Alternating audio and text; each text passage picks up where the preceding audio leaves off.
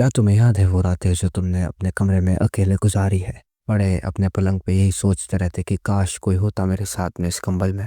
तो वैसी ही सारी बातें सोच रहे हैं आजकल की मोस्ट ऑफ द जनरेशन। ऐसा क्यों है कि समय की शुरुआत से अब तक हम जब सबसे ज्यादा कनेक्टेड है, तभी हम सबसे ज्यादा अकेले क्यों हैं? मेरी स्टोरी से शुरू करते हैं। ओके, फुल फ्लेज रिलेशनशिप में नहीं रहा हूँ मैं पिछले 4 सालों से। तो मेरे दोस्तों ने और मेरे कजन्स, भाई बहन, सब लोगों ने मुझे काफ़ी फोर्स किया, और मेरी फैमिली भी प्रेशर कर रही है कि 25 साल का हो रहा है, तो यू शुड फाइंड समवन। तो वही सब कुछ करने के लिए मैंने डिसाइड किया कि मैं बाहर जाके लोगों से ऐसे ही कॉन्वर्जेशन करने की कोशिश करूं। जैसे कि एम्स वाली वीडियो में तुमने देखा था, एम्स वाली वीडियो में मैंने मेरे दोस्त के साथ में घूम रहा था वहाँ पे और कम्युनिकेट करने की कोशिश की थी। अगर तुम्हें मेरा जावेद अली वाला कॉन्सर्ट याद है, तो उसमें भी मैंने ट्राई किया था लोगों से कम्युनिकेट करने का। उसके बाद में रामोजी वाला तुम्हें व्लॉग याद होगा, उसमें भी मैंने ट्राई किया। हाँ, मेरी कॉन्वर्जेशन हुई, काफ़ी लोगों से मेरी बात हुई और हम लोगों ने एक दूसरे को इंस्टाग्राम शेयर किया। बट फिर इंस्टाग्राम पे मैं उनसे ढंग से कम्युनिकेट नहीं कर पाया, और काफ़ी लोगों ने तो मुझे इंस्टाग्राम पे कम्युनिकेट करने का मौका ही नहीं दिया। गोस्टिंग कर देते हैं, बेंचिंग कर देते हैं ना, वो वाली चीज़ें मुझे भी नहीं पता। उन्होंने बेसिकली स्ट्रेट अप मुझे इंस्टाग्राम दिया, मुझे अपना फॉलोअर बनाया, उनको बस एक फॉलोअर मिल गया, they were happy, I was not. फिर मैंने कहा कि यार कोई दूसरा रास्ता और क्या हो सकता है, और हम किस तरीके से नए लोगों से मिल सकते हैं। तो जब मैंने बाहर अप्रोचेस करने की कोशिश की, तो कोल्ड अप्रोचेस करने के लिए मुझे अभी बहुत कुछ सीखना है, या फिर बहुत ज़्यादा बेशर्म होने की आवश्यकता है। मेरे को नहीं पता, कोल्ड अप्रोचेस मुझसे नहीं होती है। मैं बहुत ज़्यादा सेल्फ कॉन्शियस हो जाता हूँ और मेरी सारी इनसिक्योरिटीज़ मेरे दिमाग में प्ले आउट होने लग जाती है। इंटरनेट पर तुम लोगों को लग सकता है कि काफ़ी एक्सट्रोवर्ट बंदा है, पर रियल लाइफ में ऐसा कुछ नहीं है। रियल लाइफ में मुझे ज़्यादा ये सब कुछ ताम-झाम नहीं पसंद है। मैं इतना ज़्यादा ओवर एक्स्ट्रा नहीं करता हूँ रियल लाइफ में।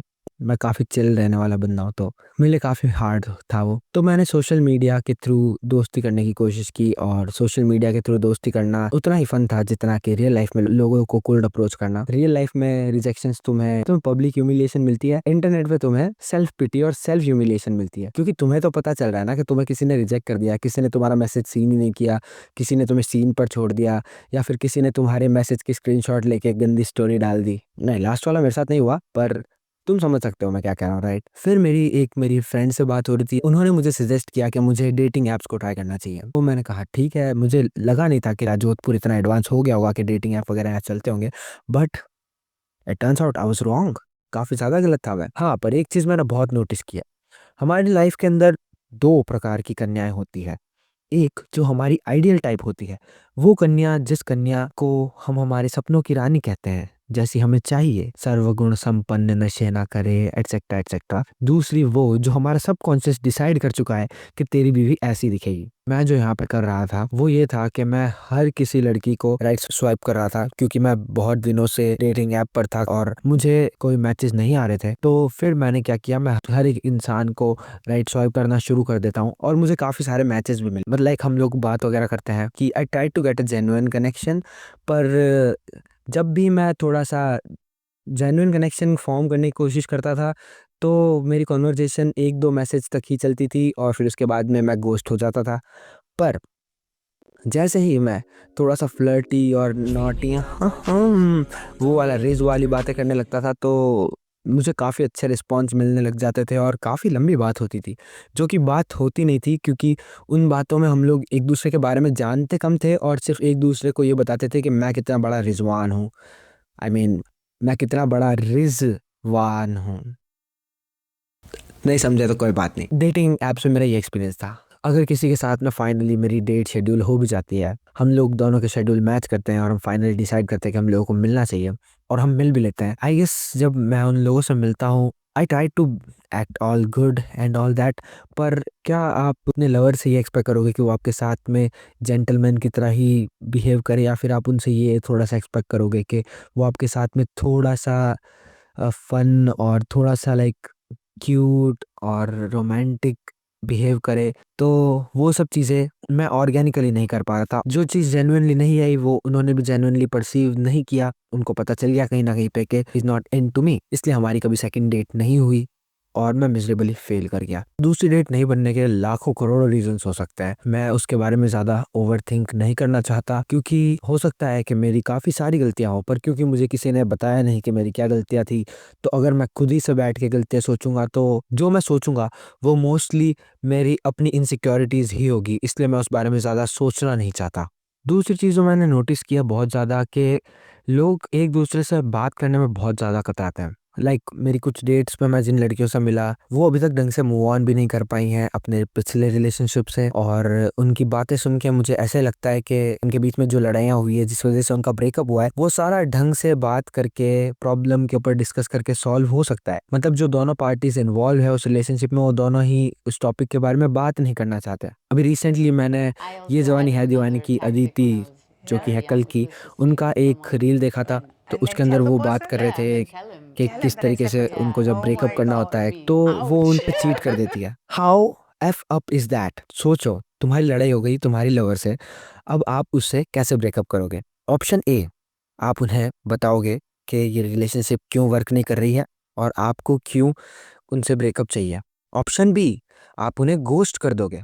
ऑप्शन सी, आप उनको गालियां देके उनको ब्लॉक कर दोगे। ऑप्शन फोर, आप शहर छोड़ के दूसरे शहर चले जाओगे। बट नहीं, कल की is made different. She decided of option five कि हम हमारे लवर को, उस इंसान को जिस इंसान को हम अब तक ये कह रहे थे कि हम उनसे बहुत प्यार करते हैं, उनको लाइफ लॉन्ग ट्रॉमा दे देंगे उन पे चीट करके। वाओ, मेरे बहुत ही क्लोज में किसी इंसान के साथ में ये हुआ है। उनकी गर्लफ्रेंड ने उन पर चीट किया था। वो अभी तक उस ट्रॉमा से नहीं उबर पाया है और मुझे इस चीज़ का बहुत बुरा लगता है। मैं उनकी हेल्प कैसे करूं मुझे नहीं पता, पर मैं हमेशा उनको ये चीज़ कहता हूँ कि सामने वाला इंसान ही वैसा था, तो it's on them not on you. पर मेरे ये बात कहने से ज़्यादा फर्क नहीं पड़ेगा। देखो, डेटिंग ऐप पे मुझे जाके एक चीज समझ में आई। मैं जब इस बारे में सोच रहा था कि क्या नीड पड़ी मुझे, मतलब उन लड़कियों के साथ में मुझे ऐसे रिजवान बनने की आवश्यकता क्या पड़ रही है, ऐसी क्या जरूरत पड़ रही है कि मुझे उनके सामने जाकर अपने रिज का प्रदर्शन करना पड़ रहा है। तो उसमें कहीं ना कहीं मुझे ये चीज लगती है कि मैं ये ट्राई कर रहा हूँ हम लोगों के बीच में एक अट्रैक्शन डेवलप हो जाए। उसके लिए हम एक दूसरे के सामने पिकअप लाइंस और कॉम्प्लीमेंट्स की बौछार कर रहे हैं, पर उस तरीके का जो भी अट्रैक्शन या प्यार तुम जो भी सेटअप तुम एक दूसरे के साथ में बिठाओगे वो ज्यादा लंबे समय तक नहीं चलेगा, क्योंकि जो उसकी बुनियाद है काफी हॉलो है। मेरे को अभी भी लगता है कि यार अगर तुम्हें अपनी लवर से मिलना है तो तुम्हें या तो अपने दोस्तों में मिलेगी वो, या फिर अपने स्कूल या कॉलेजेस में जहाँ पे दोस्त बनते हैं ऑब्वियसली वहीं पर तुम्हें मिलेंगी, क्योंकि इंसानों को जानने के लिए ना बहुत टाइम लगता है। और डेटिंग एप्स के ऊपर जो कितना फास्ट पेस्ड है, तुम एक साथ में 5-6 लोगों से बात कर सकते हो, तो तुम जेन्युइन कनेक्शन कैसे फॉर्म करोगे किसी एक इंसान के साथ में?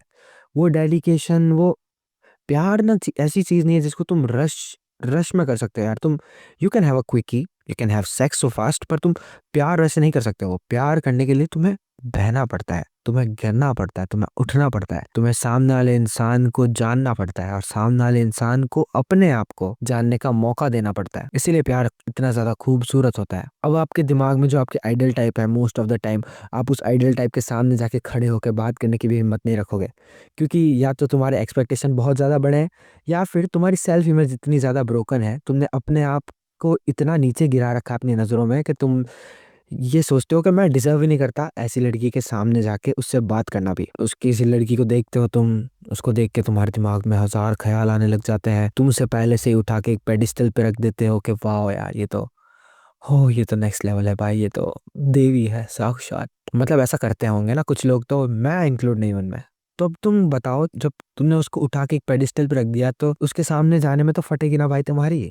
वैसा मत करो। और वैसा तुम कब नहीं करोगे? अगर तुम अपने आप के अंदर सेल्फ कॉन्फिडेंट हो और तुम्हारी खुद की सेल्फ इमेज अच्छी है, तो तुम अपने आप से ये अंदर से मानोगे कि हाँ, I deserve someone like that, ये मेरी ड्रीम गर्ल है और मैं ऐसी ड्रीम गर्ल को डिजर्व करता हूँ। तो तुम ऑटोमेटिकली उस टाइप के लोगों को अट्रैक्ट करोगे। क्यों? क्योंकि तुम्हारे एक्शंस और तुम्हारा जो कॉन्फिडेंस है वो तुम्हारे लिए एडवोकेट करेगा, वो तुम्हारे लिए उन इंसानों के सामने ये जाहिर करेगा कि this person has something that is magnificent. अगर मैं मेरी बात करूँ तो तुम लोगों ने मुझे देखा है कि मैं अपनी हर वीडियो में किसी ना किसी लड़की के साथ में प्यार में पड़ जाता हूँ। तो यार वैसा नहीं है एक्चुअली 4 साल पहले जो मेरा ब्रेकअप हुआ था उसके बाद में मुझे बहुत कुछ सीखने को मिला। और प्यार में तुम सच में बहुत कुछ सीखते हो अपने बारे में भी। तो मैंने अपने बारे में बहुत कुछ सीखा। अभी ये जो मेरी पूरी जो लव स्टोरी है उसके ऊपर मैंने एक बुक लिखी है और वो बुक मैं जल्दी रिलीज़ करूँगा। अभी मेरे पास पैसे नहीं है बुक रिलीज़ करने के लिए, सेल्फ पब्लिशिंग के लिए। तो अगर कोई पब्लिशर, पब्लिशिंग हाउस का ओनर ये वीडियो देख रहा है, गलती से तुम्हारे पास आ गई है वीडियो, तो मुझे कांटेक्ट करो। मेरा ईमेल आईडी डिस्क्रिप्शन में है, वहाँ पे मुझे ईमेल कर सकते हो। मैंने अभी एक शॉर्ट फिल्म भी लिखी है जिसका नाम है मॉडर्न फ्रेंडशिप। हम लोग उस पे काम भी कर रहे हैं, तो जल्दी तुम देख पाओगे फ्रेंडशिप फ्रॉम माय नज़रिया। तो यही है, इस टॉपिक के अंदर बहुत सारी चीज़ें कवर करने के लिए। अगर तुमको कुछ भी और चीज़ें पूछनी हो, जो तुम मुझसे और जानना चाहते हो इस टॉपिक से रिलेटेड, तो कमेंट में ज़रूर लिखो और हो सकता है तो मैं उनके ऊपर डेडिकेटेड वीडियो बनाऊंगा। ये सब चीज़ें सुनने और करने में बहुत ज़्यादा तुम्हें प्रॉब्लम्स हो सकती है और तुम सोचोगे कि यार मैं क्यों खुद को बेटर करूं जब मेरे पास में घर बैठे सब है। मुझे डेट करने की क्या आवश्यकता है, मैं कैरेक्टर एआई पे जाके किसी भी मेरे फेवरेट कैरेक्टर के साथ मैं बात कर सकता हूँ। मुझे इंस्टाग्राम के ऊपर नाचती हुई लड़कियाँ मिल जाती हैं, तो वो भी मेरा काम हो गया। नहीं तो वेबसाइट्स है काफ़ी सारी, हब वगैरह नाम से, जो तुम्हारी फिजिकल नीड्स को पूरा कर देता है। तुम्हें ऐसा लगता होगा कि वो तुम्हारी फिजिकल नीड को पूरा कर देता है, पर एक्चुअली में वो तुम्हारे दिमाग का कर रहा है, खाली जगह भर लो। तो थोड़ा सा तुम लोगों को इन सब चीज़ों का ध्यान रखना पड़ेगा। इन सब चीज़ों के बारे में सोच कर समझ कर तुम्हें लाइफ में एक्शंस लेने पड़ेंगे। आज का जो सोसाइटी है वो ओवरली सेक्सुअलाइज्ड है। बहुत ज़्यादा तुम्हें हर तरीके की चीज़ें तुम्हें ऐसे देखने को मिल जाएगी बाहर। और मैं जो बातें कह रहा हूँ, तुम्हें ज़्यादा बाहर जाने की ज़रूरत नहीं है। तुम अगर इंस्टाग्राम पे 2-4 स्क्रॉल करोगे तो तुम्हें दिख जाएगी, एड्स में दिख जाएगी तुमको। पर अगर ये सब कुछ होने के बावजूद भी तुम अपने अंदर इस चीज़ का वो रखते हो कि यार नहीं, मुझे अपने आप को बेटर करना है और मुझे रियल चीज़ चाहिए, मुझे ये देखने वाली सुनने वाली एक टेम्पररी सॉल्यूशन नहीं, मुझे रियल सॉल्यूशन चाहिए। देखो, जो भी प्लेजर या जो भी तुम्हारी नीड जो सेटिस्फाई तुम इंटरनेट के थ्रू कर रहे हो, वो तुम्हारे ब्रेन में डोपामीन रिलीज कर सकता है। और डोपामीन हैप्पी हार्मोन है, सबको पता है। यहाँ पर दो चीजें हैं, देखो, हैप्पीनेस या कंटेंटमेंट, शांति या सुख। या तो तुम भोगो जीवन के आनंदों को, जीवन के सुखों को भोगो, या फिर अपने अंदर शांति और सुकून का एहसास करो। मेरे साथ जो लोग जुड़ रहे हैं वो ज्यादातर, मुझे ऐसा लगता है कि तुम जो मेरे सब्सक्राइबर्स हो वो सब सुकून वाले लोग हैं, क्योंकि तुम में से किसी ने मुझे कहा था कि आपकी आवाज में एक सुकून है। तो अगर तुम लोग उस प्रकार के इंसान हो तो तुम्हें सुकून चाहिए, और अगर तुम्हें सुकून चाहिए तो तुम्हें चाहिए सेरोटोनिन और ऑक्सीटोसिन। तो सर्च करो कि इनकी मात्रा जीवन में कैसे बढ़ाए। डोपामिन की मात्रा कम करो, इनकी मात्रा बढ़ाओ, तो तुम्हारे जीवन में कंटेंटमेंट और खुशी, यानी सुख और शांति दोनों आएगा। सुख कैसे आएगा? तुम छोटी चीजों से भी खुश होना सीख जाओगे। आई नो ये पूरी वीडियो जो है प्यार के बारे में कम और बीटिंग अराउंड द बुश ज्यादा थी। ये एक बहुत ही अम्ब्रेला वीडियो थी, मतलब इस वीडियो में हमने बहुत सारे ब्रॉड टॉपिक्स को कवर किया है। अगर तुम मुझे इस वीडियो के कमेंट में लिख के बताओगे कि तुम्हें इन सारे टॉपिक्स में से किसी एक स्पेसिफिक टॉपिक पे कुछ बात सुननी है, तो फिर मैं अगली बार एक अच्छे से स्क्रिप्ट लिख के फिर वीडियो बनाऊंगा, क्योंकि इस वीडियो के अंदर कोई भी स्क्रिप्ट नहीं थी। अब खैर, थैंक यू सो मच। हम लोग 1111 सब्सक्राइबर्स हैं अभी, जब मैं ये वीडियो बना रहा हूँ तब। तो ये काफ़ी अच्छा नंबर है। ऐसा बोलते हैं कि अगर तुम्हें 11-11 दिखता है तो तुम्हारे जीवन में प्यार करीब है, आने वाला है। मेरे प्यार, मैं तुम्हारा इंतज़ार कर रहा हूँ, आ जाओ जल्दी मेरी लाइफ में।